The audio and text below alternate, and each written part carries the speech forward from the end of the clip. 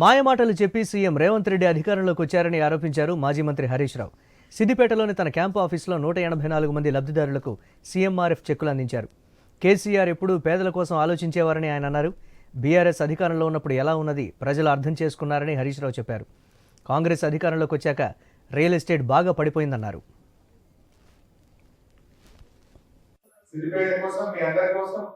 తప్పకుండా అసెంబ్లీలో కూడా గట్టిగా కొట్లాట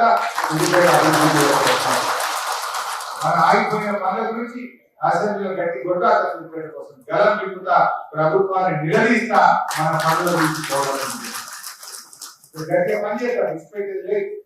మన తెలంగాణ ఉద్యమంలో భయపడలేదు. తెలంగాణ ఉద్యమంలో ఎంతో గట్టి కొట్లాడే మనం అప్పుడు ప్రభుత్వం ఎన్ని కేసులు పెట్టినా అరెస్ట్ చేసి జైల్లో పెట్టినా జై తెలంగాణ కొట్లాడిన తెలంగాణ తెచ్చింది. ఇప్పుడు కూడా ఈయన ఎన్ని బెదిరించినా ఎన్ని అక్రమకేసులు పెట్టినా భయపడేది లేదు. సిద్దిపేట అభివృద్ధి కోసం మన మెదక్ జిల్లా అభివృద్ధి కోసం తప్పకుండా